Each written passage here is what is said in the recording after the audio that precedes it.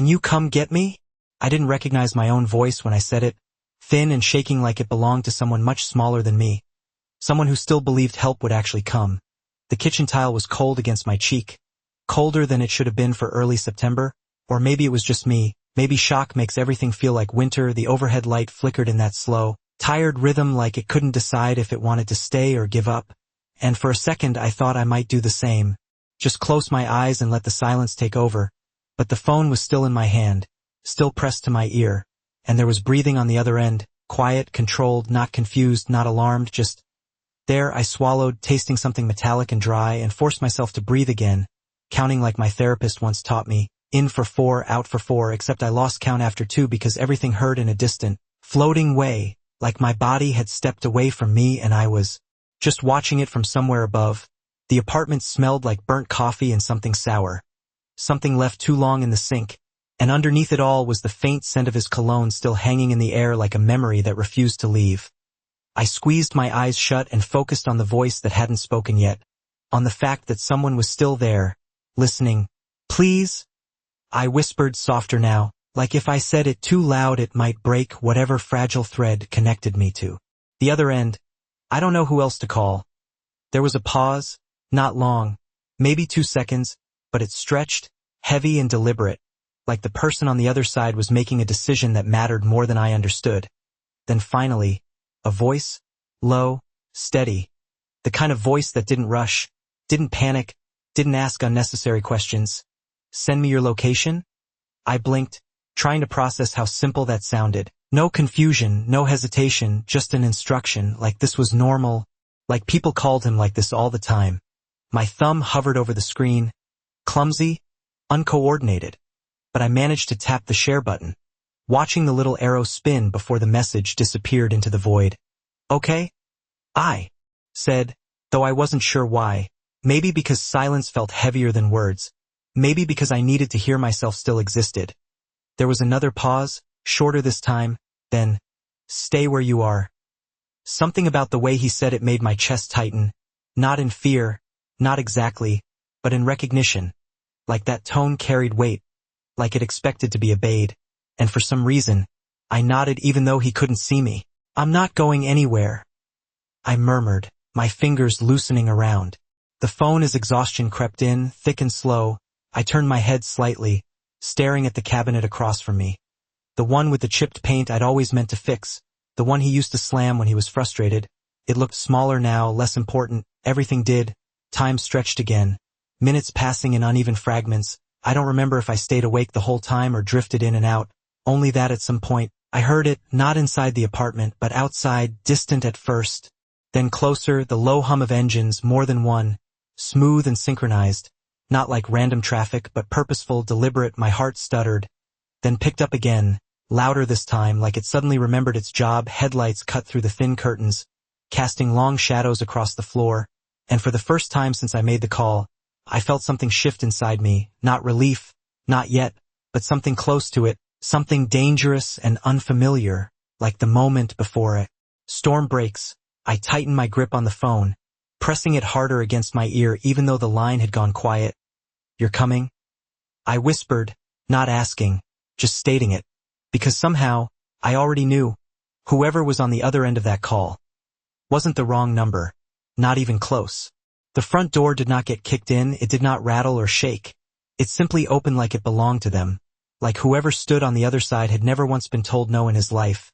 And I heard footsteps, slow and measured, not rushed, not uncertain, just precise. The kind of footsteps that made the air itself feel like it was paying attention.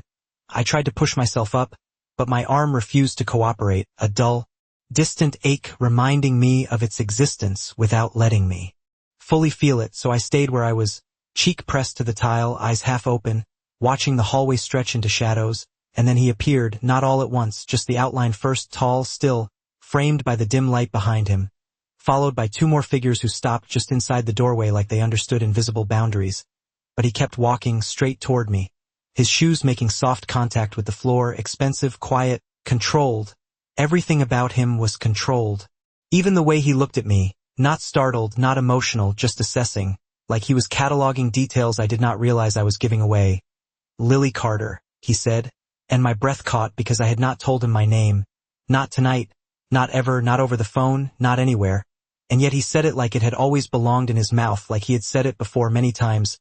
My voice failed me, breaking apart before it could form anything useful. And he crouched down in front of me, slow enough that I could follow the movement, careful enough that it did not feel threatening. But there was something else there, something heavy, something that made the room feel smaller, like all the space had rearranged itself around him. His hand hovered near my shoulder for a second, not touching, just close enough for me to feel the heat of it, like he was deciding something again, always deciding. Then finally, gently, he slid one arm beneath my back and the other beneath my knees, lifting me off the floor like I weighed nothing at all. I gasped, more from the sudden shift than anything else, instinctively leaning into him because there was nowhere else to go. His jacket smelled faintly of cedar and something darker, something clean but sharp, like the air before a storm. "You are safe now," he said. And it was not a promise, not exactly. It sounded more like a fact, like something already decided long before I made that call. I swallowed, trying to focus on his face, on the details, dark hair, perfectly in place despite the night. Eyes that did not soften but did not need to.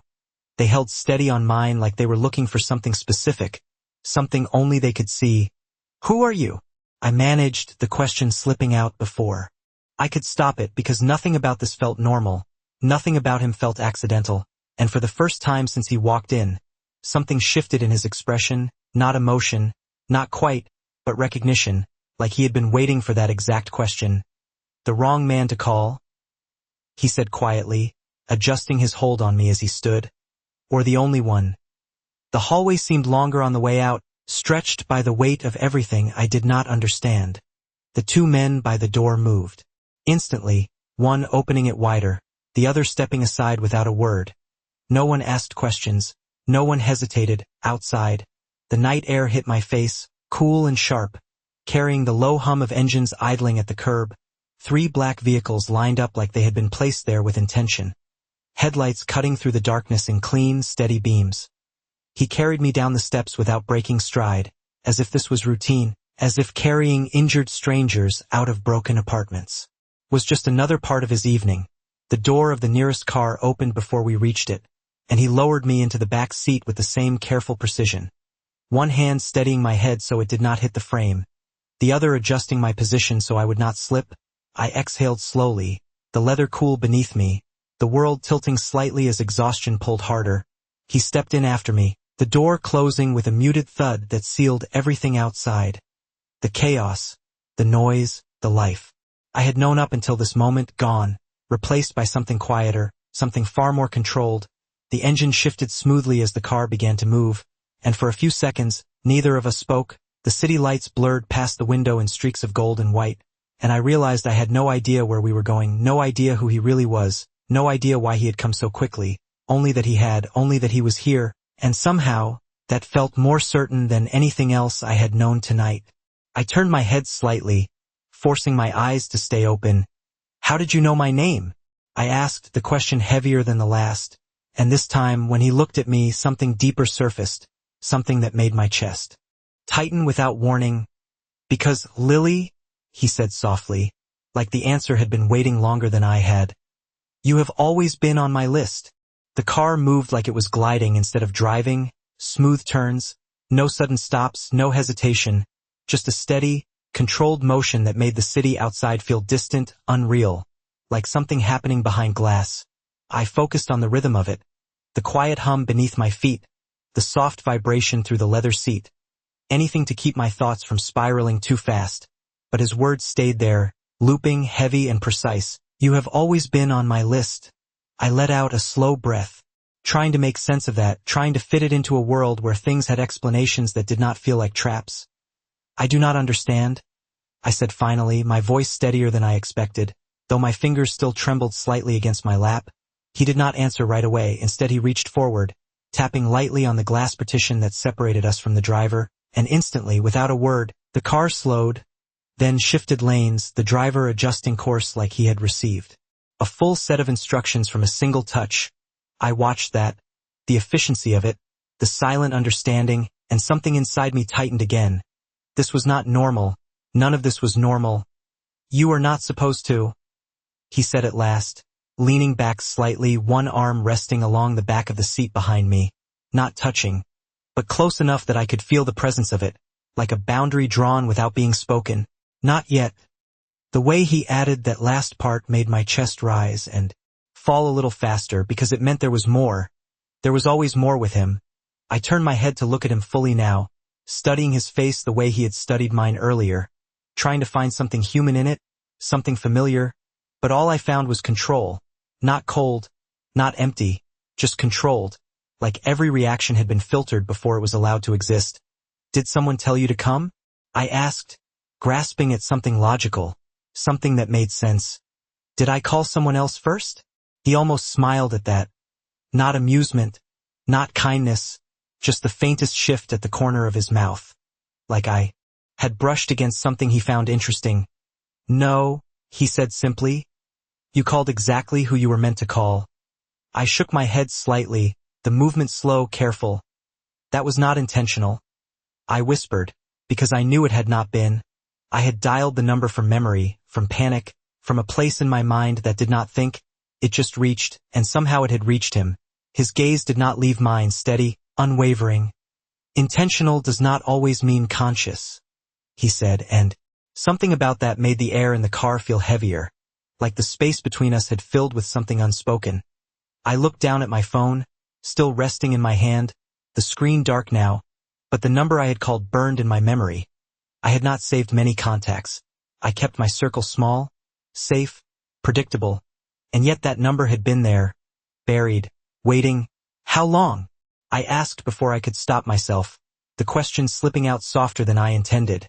His eyes narrowed slightly, not in suspicion, but in focus. How long what? He asked, and I swallowed, forcing the words to come out clearly this time. How long have I been on your list? Silence followed, not empty, but full, like something was being measured again, weighed, considered. The car turned onto a quieter street, the lights outside thinning, the noise of the city fading into something distant and low, and in that quiet he answered, 3 years. My breath caught, not sharply, just enough to make me pause, to make everything inside me shift slightly out of place. 3 years was not a coincidence. 3 years was not random. It was time, deliberate time, chosen time. I searched my memory, flipping through moments, faces, places, trying to find where he could have fit, where he could have started watching, but nothing came, nothing clear, just fragments that refused to connect. That is not possible, I said almost to myself, because I would have remembered. I would have noticed. I was careful. I had learned to be careful. His gaze softened, just a fraction, enough to change something in the air. Not less intense, just different, like a shift in temperature before rain. You remember, he said quietly. You just do not know that you do. And something in my chest tightened at that, a memory brushing against the edges of my mind. Something about rain, about a night that felt too long, too heavy, but it slipped away before I could catch it. I exhaled slowly, my head falling back against the seat, the exhaustion pressing harder now, dragging at my thoughts, making everything blur at the edges. Where are we going? I asked, because that felt like something I should know, something that still belonged to me. He did not hesitate this time. Somewhere safe, he said, the same word as before, but it landed differently now, heavier, more final, like it did not just describe a place. It described a decision, and as the car slowed again, turning through tall iron gates that opened without a sound, I realized with a quiet certainty that whatever safe meant to him, it was not something I had ever known before. The gates closed behind us without a sound, but I felt it anyway, like something final clicking into place, like a chapter ending without asking if I was ready. The car slowed along a long curved driveway lined with trees that looked too perfect to be natural, evenly spaced, carefully lit from below, their shadows stretching across the pavement like silent witnesses. I watched them pass one by one, trying to anchor myself to something real, something familiar, but nothing here belonged to my world, not the scale, not the quiet, not the way everything seemed to exist exactly where it was supposed to be. The car came to a smooth stop in front of a house that was too large to call a house. All clean lines and glass and stone, lights glowing warm behind tall windows, and for a second I just stared, because places like this only existed in other people's lives, not mine. Never mind. The door opened before I could process anything else, and the cool night air slipped in again, carrying The faint scent of rain and something else. Something expensive, subtle, controlled, just like everything about him. Adrian stepped out first, then turned back toward me without hesitation. His movements precise, practiced, like he had done this 1,000 times, except something in the way his eyes settled on me felt different, more focused, more deliberate. He did not ask if I could walk. He did not wait for me to try. He simply reached in and lifted me. Again, careful, steady, like my weight meant nothing but my condition meant everything. I let out a small breath, my head tilting slightly toward his shoulder as the world shifted again, closer, quieter. The sounds outside fading into the background as he carried me inside. The doors opened before we reached them. Someone standing there, already waiting, already prepared. "Doctor is on standby?" The man said quietly, stepping aside, and Adrian gave a slight nod, not slowing, not breaking his stride, like this had all been arranged before I even made that call. The inside was warm, the lighting soft, everything clean and intentional, no clutter, no noise, just space and silence and control. It felt less like a home and more like a place designed to keep everything exactly where it belonged, including people, including me. He carried me down a hallway that seemed to stretch longer the further we went, then into a room that looked like something between a bedroom and a private clinic. A bed already prepared, crisp white sheets, equipment set neatly on a nearby counter. Nothing intrusive, nothing alarming, just present, ready. He lowered me onto the bed with the same careful precision, adjusting the pillow beneath my head before stepping back just enough to give space without actually leaving. I exhaled slowly, the softness beneath me unfamiliar after the cold tile, my body sinking slightly as tension I did not realize I was holding began to release. A woman entered a moment later, mid-40s maybe, calm, professional, her movements efficient but not rushed. She gave Adrian a brief glance, and something passed between them without words. Then her attention shifted to me. "I am going to take a look at your arm," she said gently, her voice steady, grounding. I nodded faintly, too tired to question, too overwhelmed to resist. Adrian remained where he was, just within reach but not interfering, watching, always watching. I could feel it even when I closed my eyes, that steady presence, not intrusive, just there, like a constant I had not known I needed. The doctor worked quietly, careful, precise, explaining things in simple terms that drifted in and out of my awareness. Nothing alarming, nothing urgent, just steps, controlled and methodical. Time blurred again, stretching and folding in on itself until I could not tell how long it had been, minutes or hours, only that. At some point, the ache dulled, the tension eased, and my breathing slowed. When I opened my eyes again, the room was quieter, the doctor gone, the lights dimmed slightly, and Adrian was still there, exactly where he had been, leaning against the wall now, his arms crossed loosely, his gaze fixed on me like he had not looked away once. "You should rest," he said, his voice lower in the quiet, less command, more something else. I swallowed, turning my head slightly toward him. "Why are you doing this?" I asked, because that question had been building since the moment he walked into my apartment, because nothing about this made sense unless there was a reason, a real one. Not just coincidence or timing. He did not answer right away, of course he did not. He never did. Instead he pushed himself off the wall, stepping closer until he stood at the edge of the bed, looking down at me with that same unreadable expression. "Because you finally called," he said softly, and something in the way he said it made my chest tighten again, not with fear, but with the weight of something I still could not see, something already set in motion long before tonight. "That does not explain 3 years.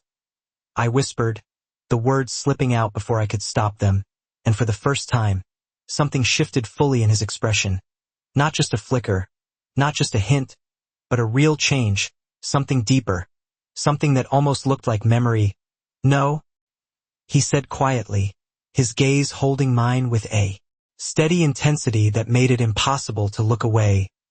"It does not." I did not sleep right away, even though my body felt like it was sinking into something deeper than exhaustion, because his words stayed there, echoing in the quiet. "Because you finally called, like everything before tonight had just been waiting for that one moment, that one decision I did not even remember making."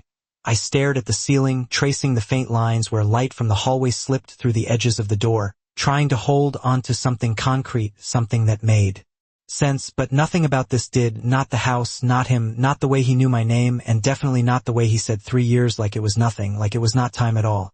But something else entirely. I shifted slightly, testing the limits of my arm, the dull ache reminding me to stop before I pushed too far, and I exhaled slowly, letting my head fall back again. "You are still here?" I said quietly, not turning my head, because I already knew the answer. I could feel it, that steady presence in the room that had not moved, had not left, had not even drifted. "Yes," he replied, just as calm as before, just as certain. I turned then, just enough to see him clearly. Again, still standing near the bed. Not sitting, not relaxing. Like rest was not something he allowed himself. Or maybe not something he needed. "Why?" I asked, the question simple but heavier than anything else I had said. Because staying did not make sense. Not for someone like him. Not for someone who moved the way he did, who commanded things without speaking, who had people ready before he even arrived. He looked at me for a long moment, longer than usual, like he was deciding how much to give me, how much I could handle, or maybe how much I deserved to know. "Because leaving would change nothing," he said finally, his voice quieter now, less controlled in a way that made it feel more real. "You would still be here, and I would still be responsible." That word settled somewhere deep in my chest. Responsible. Not obligated. Not forced. But chosen. I frowned slightly, confusion pulling at the edges of my thoughts. Responsible for what? I asked, because that was the part one could not understand. The part that did not fit into any version of reality I recognized. His gaze did not shift, did not soften. But there was something else there now, something that felt closer to the surface, like whatever he had been holding back was starting to press forward. "For not being there the first time," he said, and everything in me stilled, the room, the air. Even my breathing seemed to pause around those words. "The first time," my mind caught on it immediately, searching, reaching for something that refused to come into focus. "I do not know what you mean," I whispered, because I truly did not, because if there had been a first time, if there had been a moment where he should have been there, I would remember it. I had to, but my memory felt like a locked door, something on the other side pressing faintly against it without breaking through. He took a step closer then, not enough to crowd me, just enough to shift the distance between us into something more intentional.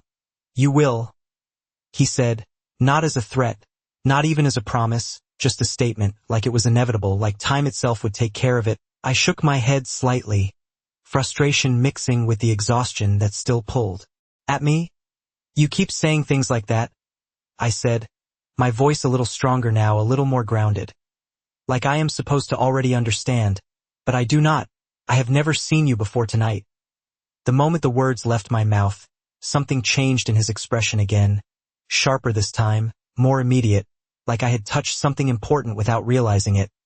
"That is not true," he said quietly, and the certainty in his voice made my stomach tighten, because it did not sound like an opinion, it sounded like fact. I stared at him, trying to read his face, trying to find any sign that he might be mistaken, that this was all some kind of misunderstanding. But there was nothing there except certainty, unwavering and absolute. "Then when?" I asked, the question coming out faster now, driven by something deeper than curiosity, something closer to need, because if he was right, if I had seen him before, then something in my life had been rewritten without my knowledge, and that thought was more unsettling than anything else tonight. He held my gaze for a second longer, then slowly, deliberately, he reached into his jacket pocket, pulling out something small, something that caught the light just enough to make my breath hitch before I even knew why. He held it between his fingers for a moment, then stepped closer and placed it gently on the bedside table within my line of sight. "You kept it?" he said, his voice softer now, almost unreadable, and I turned my head, my eyes landing on the object, a simple silver lighter, worn at the edges, familiar in a way that made my chest tighten without warning. Because I had seen it before, I knew I had, I just did not know when or how or why. It felt like the answer to a question I had not realized I was asking. The lighter should not have meant anything. It was just metal, small, worn, something ordinary enough to forget. But the moment my eyes landed on it, something inside me shifted, not fully, not clearly, just enough to make my breath catch and hold, like a memory brushing past me without stopping. I stared at it, trying to place it, trying to force my mind to cooperate, but it stayed just out of reach, like a word on the tip of my tongue that refused to form. "I do not." I started, then stopped, because even saying that felt wrong, like denying something I had not yet understood. My fingers twitched slightly against the sheets, the urge to reach for it rising before I could think it through. "Go ahead," Adrian said quietly, his voice steady, not encouraging, not pushing, just allowing, and that made it easier somehow, like the choice was still mine even if everything else tonight felt like it had already been decided. I shifted slowly, careful of my arm, and extended my hand, my fingers brushing against the cool surface of the lighter before curling around it. The metal felt familiar in a way that sent a sharp, sudden ripple through my chest, not pain, not exactly, but recognition, incomplete and fragmented. I turned it slightly, watching the way the light caught along the scratched edges, and then I saw it, faint, almost worn away, a small engraving near the bottom, 3 letters, a V. My breath stuttered, the room tilting slightly as something deeper pushed forward.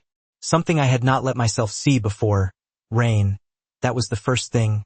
The sound of it, heavy against pavement, against metal, against everything, followed by the cold, sharper than tonight, biting through thin fabric, and then a shape, a figure leaning against something, still unmoving. I blinked hard, the image flickering, unstable. "No," I whispered, more to myself than to him, because it did not make sense, because it could not be the same. My grip tightened around the lighter, anchoring me as the memory tried to form.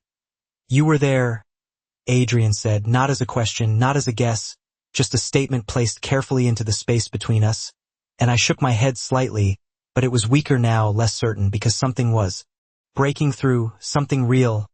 "It was raining," I said slowly, the words coming without permission, pulled from somewhere deeper than conscious thought.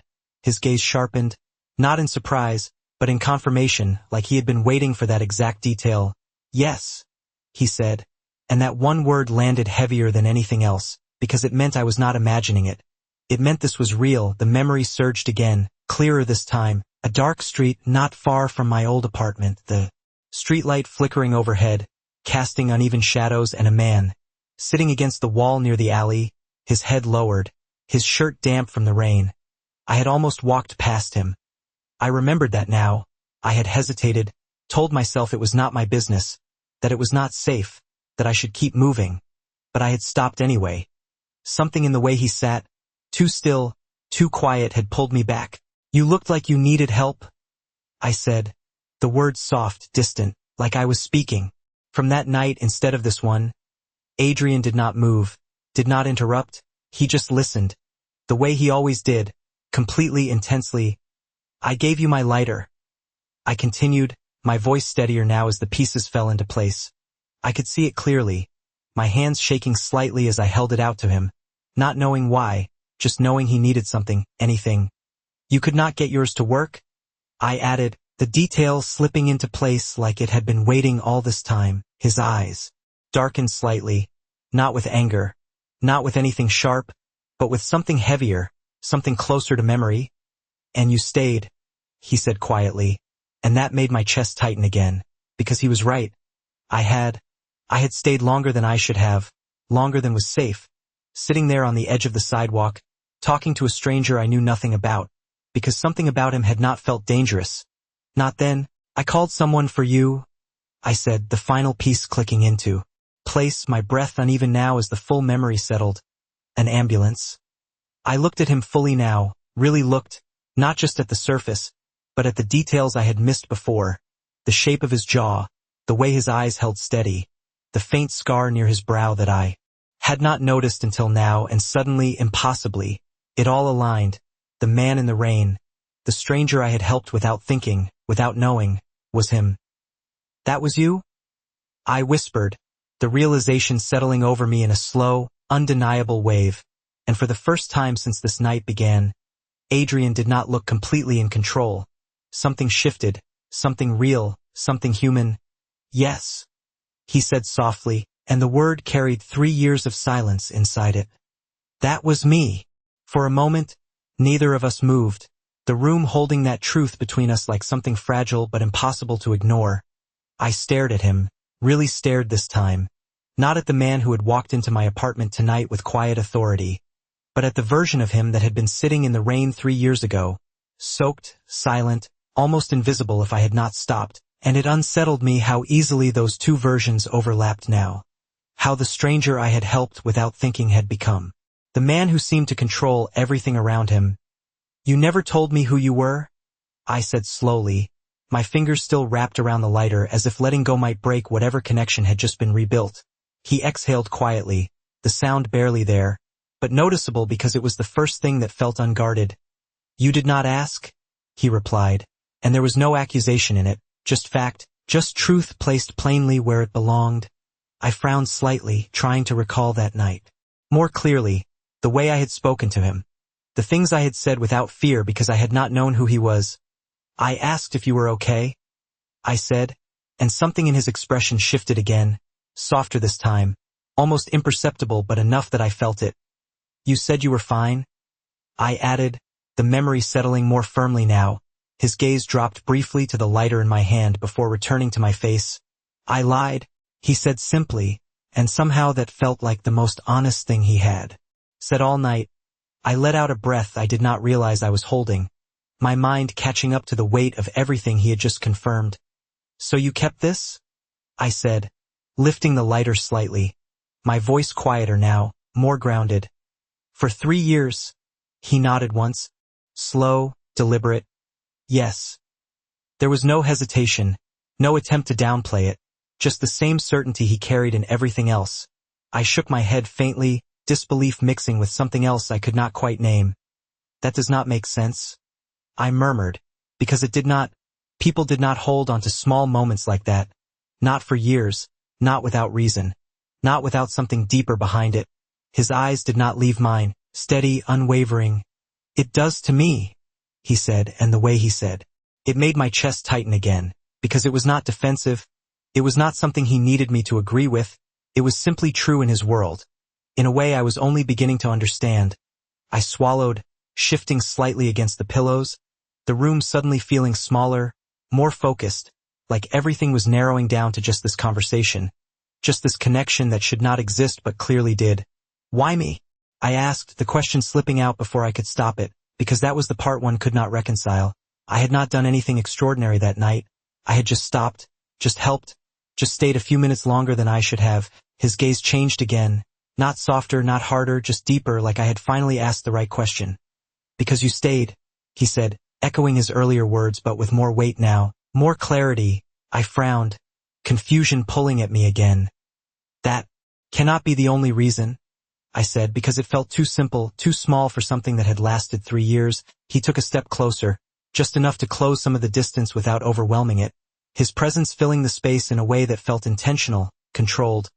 "Most people would not have," he replied, his voice lower now, more deliberate. "Most people would have kept walking, told themselves it was not their problem, that it was not safe, that it was not worth the risk." My breath slowed slightly as his words settled, because he was right. I had almost done exactly that. I remembered the hesitation, the moment where I had nearly chosen differently.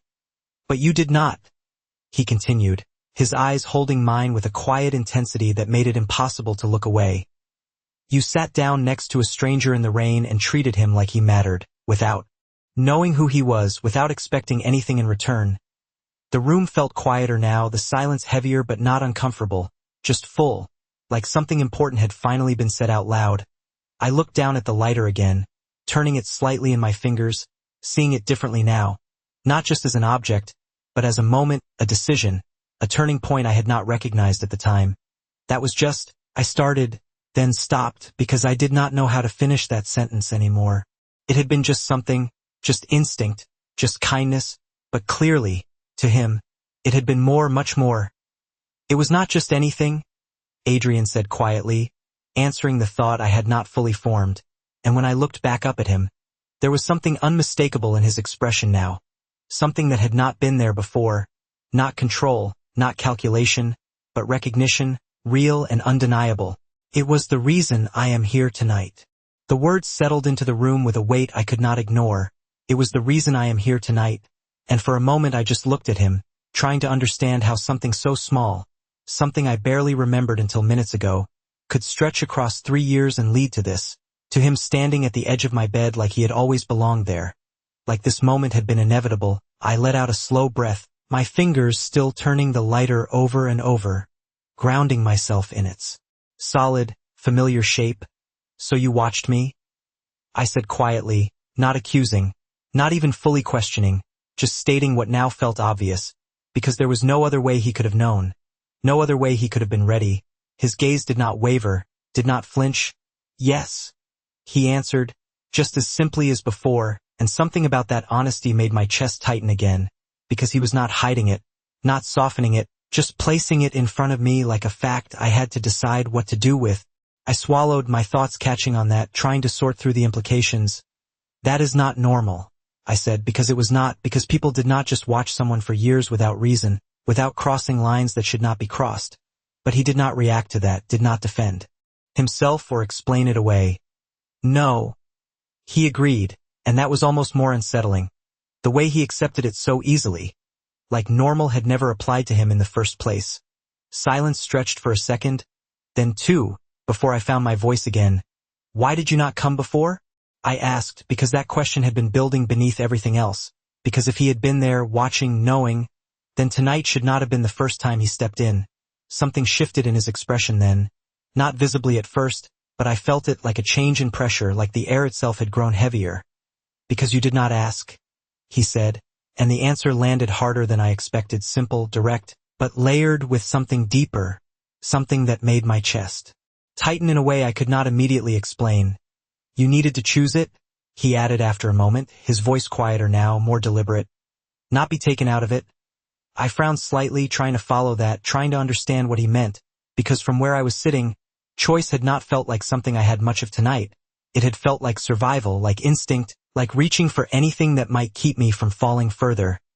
That does not feel like a choice, I said, my voice softer now, less certain, and for the first time, he moved closer in a way that felt less controlled, less calculated. Not enough to overwhelm, just enough to close the distance into something more personal, more real. It was, he said, his eyes holding mine with a steady intensity that made it impossible to look away. You had my number for 3 years and never used it. Not once, not until tonight.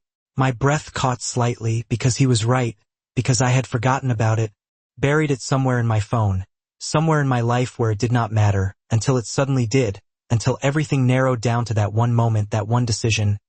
And tonight you did.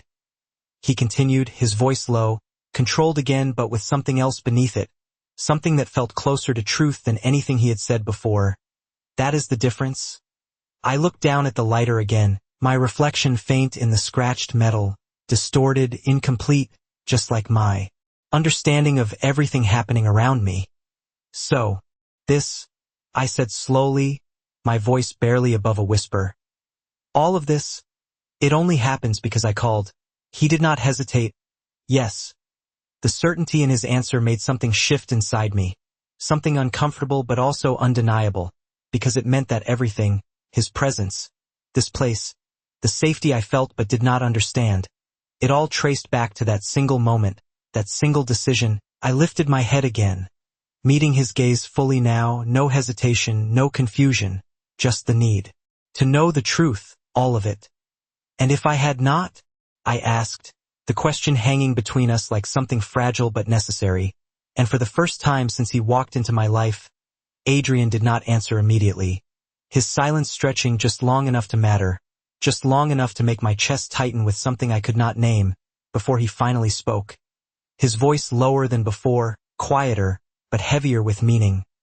Then I would have kept waiting, he said, and something about that answer sent a quiet, unmistakable chill through me, not fear, not exactly, but the realization that whatever this was, whatever connection had started in the rain 3 years ago, it had never been over, it had just been waiting for me to step into it, and now that I had, there was no going back to the life I thought I understood. The room felt different after that, not quieter, not louder, just decided, like something invisible had shifted into place and would not move again. I sat there with the lighter still in my hand, turning it slowly as if I could somehow find a different answer hidden in the scratches, something that would make this simpler, smaller, something I could walk away from, but every path I followed led back to the same point. I had called him, not by accident, not really, and he had come, not just because he could, but because he had been waiting to. So what happens now? I asked, my voice steady despite everything, because this was the part that mattered, not the past, not even the explanation, but what came after. Adrian did not answer immediately, of course he did not, he never rushed anything, instead he watched me, really watched me, like he was measuring something I could not see, like he was waiting for something in me to settle before he spoke. "That depends on you," he said finally, and the words landed differently than I expected. Not controlling, not commanding, just open, and that unsettled me more than anything else, because it meant the choice was real, not an illusion, not something already decided for me. I frowned slightly, trying to understand. "You said there is no going back." I reminded him, because that had been clear, because I could feel it in everything around me, in the distance between this place and the life I had left behind. He inclined his head slightly, acknowledging it without arguing. "There is no going back to who you were before tonight," he clarified, his voice calm, precise. "But there is always a choice about who you become next." I let that settle, the words echoing quietly in my mind, because they felt true in a way I could not ignore. I looked down at my hands, at the lighter resting between my fingers, at the faint tremor that was still there but weaker now, steadier than before, and I realized something I had not expected. I did not feel as fragile as I had on that kitchen floor. I did not feel like I was waiting for something to happen to me. I felt aware, present, like I was standing at the edge of something I could either step into or turn away from. "And you?" I asked, lifting my gaze back to him, because his role in this was not something I could ignore, not anymore. "Where do you fit into that choice?" For the first time, he did not hold my gaze right away, his eyes shifting briefly, like he was considering something more carefully than before, something that did not come as easily as the rest. Then he looked back at me, steady again, but different, less distant, more present. "I do not decide for you," he said, his voice lower now, more deliberate. "I make sure you have the freedom to decide without fear." The words settled into me slowly, deeper than anything else he had said, because they reframed everything, not control, not ownership, but something else entirely, something I had not expected from someone like him. I let out a slow breath, my shoulders relaxing slightly against the pillows, the tension I had carried for so long beginning to shift in ways I could not fully explain. "And if I walk away?" I asked, because I needed to know, because I needed to hear it from him, not assume, not guess. But no, the room went still again, not heavy, not tense, just focused. Adrian studied me for a moment, longer than usual, like this answer mattered more than the others, like it would define something beyond just this moment. "Then you walk away," he said simply, no hesitation, no resistance, just acceptance, but there was something beneath it, something unspoken that I could feel even if he did not say it out loud. I held his gaze, searching for it, and after a second, I found it, not in his words, but in the way he stood there, the way he did not move, did not step back, did not break the connection between us. "And you?" I pressed softly, because that part still mattered, because he had waited 3 years, because he had come the second I called, and that could not just disappear, not completely. Something in his expression shifted again, subtle but real, something that felt almost like honesty without restraint. "I stay exactly where I have been," he said quietly. "Right here until you decide otherwise." The simplicity of it hit harder than anything else, because it was not a demand, not a condition, just a constant, something steady and unchanging in a world that had just been turned upside down. I looked at him for a long moment, really looked, at the man who had stepped into my life like he had always been part of it, who had waited without interfering, who had come without hesitation, who now stood in front of me offering something I had not expected, not control, not rescue, but choice, real and undeniable. I lowered my gaze slightly, the lighter still warm in my hand, the faint engraving, catching the light as I turned it one last time, and for the first time since this night began, I did not feel like I was falling. I felt like I was standing, right at the center of something I could shape, something I could choose, and when I looked back up at him, I did not give him an answer. Not yet, but I did not look away either, and somehow that was enough.